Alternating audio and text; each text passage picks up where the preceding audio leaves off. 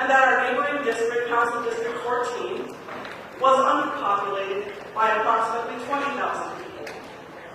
A similar situation also existed in the San Fernando Valley, where CD6 lacked about 9,600 people, while CD3 was overpopulated by about 22,000 people.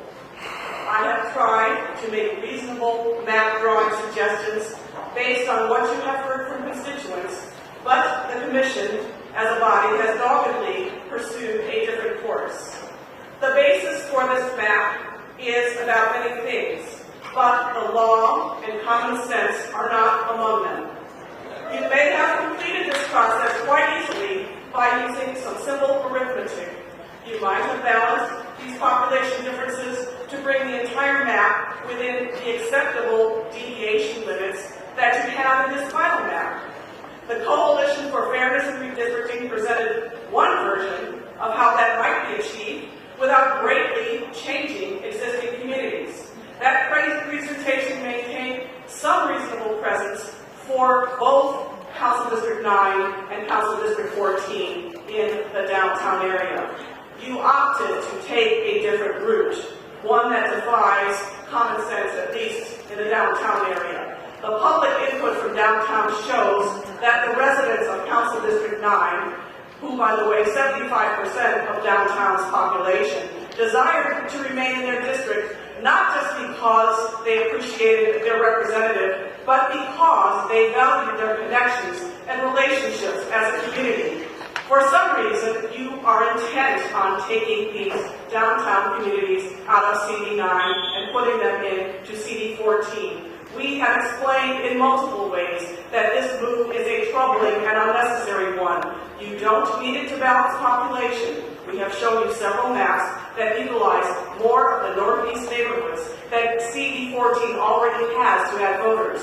You don't need it to achieve economic equity. These same northeast areas are some of the upper income census tracts that balance Council District 14 the same way that downtown balances the South Los Angeles portions of Council District 9. And most important, you do not need it to respond to any Voting Rights Act concerns. To date, no one has provided any evidence that there is any requirement to privilege CD14 over any other district, including one like CD9 with more Latino residents than CD14 and any other downtown district. In fact, all three of these considerations make our case for maintaining our relationship with the 75% of downtowners who actually live in CD9. This leaves us with the public testimony. You may have sat through these hearings, but your work indicates that you have not listened or read any of the material you were presented.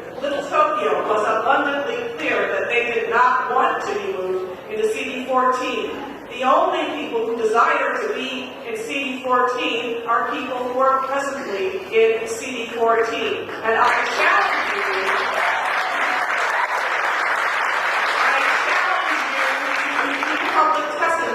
to substantiate your own decision to remove all but a sliver of downtown from Council District 9. You simply cannot. We have done the work that you were supposed to do, and we find that you could not possibly follow the evidence submitted. In the end, the only reason that I can see in your handling of Council District 9 is that you want it this way and you already have the votes. And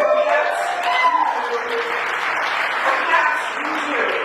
But I hope to God that what you will do is ask yourself a few questions before you cast your final vote.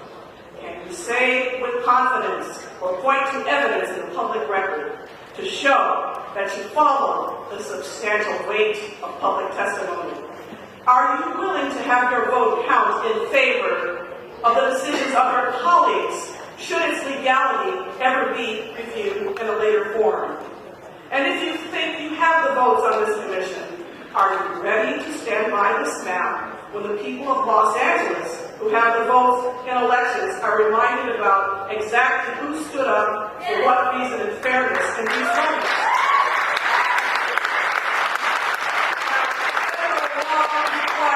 Federal law requires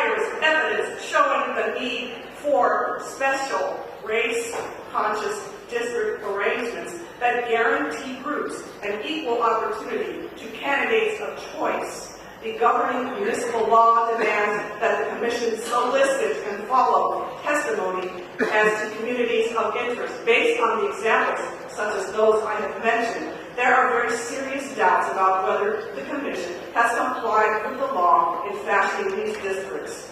Commissioners seem to have used race as the predominant basis for drawing district lines without having made the 3 specific factual findings required in order to legally construct a majority non-white district.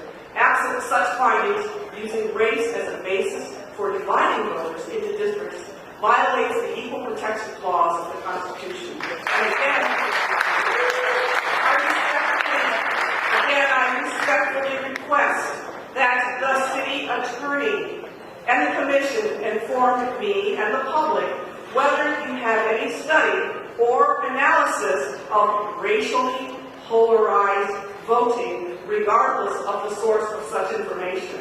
If any such evidence or reports about RVP exists, please submit it to me as Council District 9 representative as soon as possible for further review and analysis. And to the extent that you have relied on this information to support the drastic reworking of the city's district, it is vital to understand the rationale supporting this decision. Ultimately, I know that I cannot control what you decide. Today, I speak today to put every one of you on notice. You have made a mistake, and we will follow this through. I speak for many people who are committed to working against the map, a map that works serious injustice on the city. And in its current form, you have provided ample basis upon which to attack. And while I may be turned out next year, I intend to join the thousands of people who vote in citywide races. And this is not a message to you, but this is a message to the people behind you. So